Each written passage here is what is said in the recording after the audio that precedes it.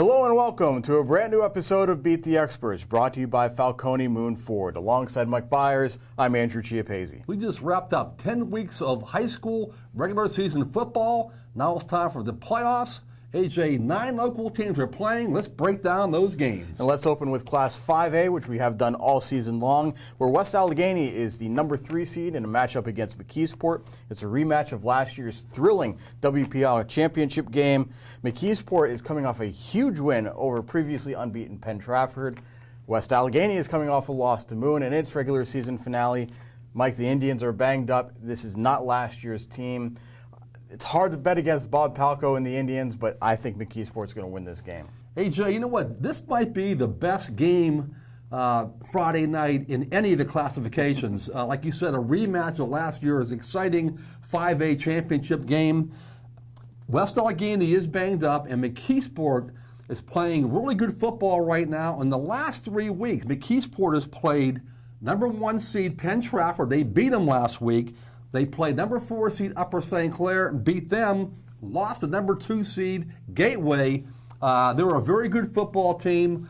I really think that they're going to win this football game at West Allegheny. So while that game may be full of drama, the Class 3A top seed Aliquippa Quips may not have a whole lot of drama in their game. They play South Park. It's a rematch of a regular season game. The Aliquippa won 52-0. That happened last year when Aliquippa played South Park twice and beat them handily twice. I think the same thing happens again here. Quips roll. Yeah, you know what? The Quips are just playing so well on both sides of the ball right now. I'm not sure if it'll be 52-0 again, but I don't think South Park's going to score a point in this football game. Quaker Valley got the number 2 seed, by the way, in Class 3A, which we all expected. They did get a tougher assignment than expected because Derry is 9-1. They're the number 7 seed. Quaker Valley, though, just too good in my mind, even against the Derry team that has 1 loss. Played in a pretty good conference in that interstate, which had 3 teams tie for first place. I just think Quaker Valley's offense is too diverse to go up against this Derry team. Quaker Valley wins. Yeah, you know what, AJ? Derry has been, over the last 2 years, 20 wins, 2 losses. One of their wins last year was a playoff win at home against Central Valley, but the following week they lost to Aliquippa. And so they played 2 teams in the playoffs in the Beaver Valley Conference, and they are not going to beat Quaker Valley at Chuck Knox Stadium. No way. Beaver is the number 5 seed. They play number 4 Elizabeth Forward. So the Beaver Valley got 3 of the top 5 seeds in Class 3A, and for good reason, too, because I think Beaver is going to win this game. Elizabeth Forward, back in week 2, lost to Central Valley, which was healthy at the time, and gave up 42 points to the Warriors. Beaver's offense is just as dynamic. The Bobcats are healthy, and I think Beaver's offense is going to help them roll against Elizabeth Forward. Yeah, I believe so, too. It's a very interesting matchup, and it's an away game at Elizabeth Forward. That's a long bus ride for the Bobcats, but I think Beaver is so excited about being in the playoffs, and they want to take advantage of their opportunity. They're going to win this football game and advance to the semifinals. In Class 2A, Riverside earned the number 4 seed against Frazier. My stepdad's side of the family won't be happy with this pick, Mike, but I think Riverside has very little chance of losing to Frazier. It's great to see the Commodores in the playoffs on a regular basis again, but Riverside has a great chance of winning this football game. Yeah, Frazier is 3-7, and I don't think Riverside's going to lose to a 3-7 football team right now. Freedom has a tough draw against number 2 Washington.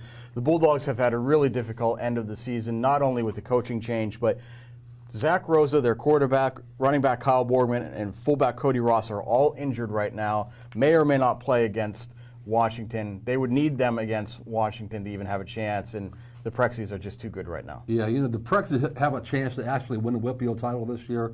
They're really good. Unfortunately for the Bulldogs, their season will end Friday night. Olsh won its first conference title and earned the number 5 seed in Class 1A. The Chargers will play Springdale on Friday night at Moon.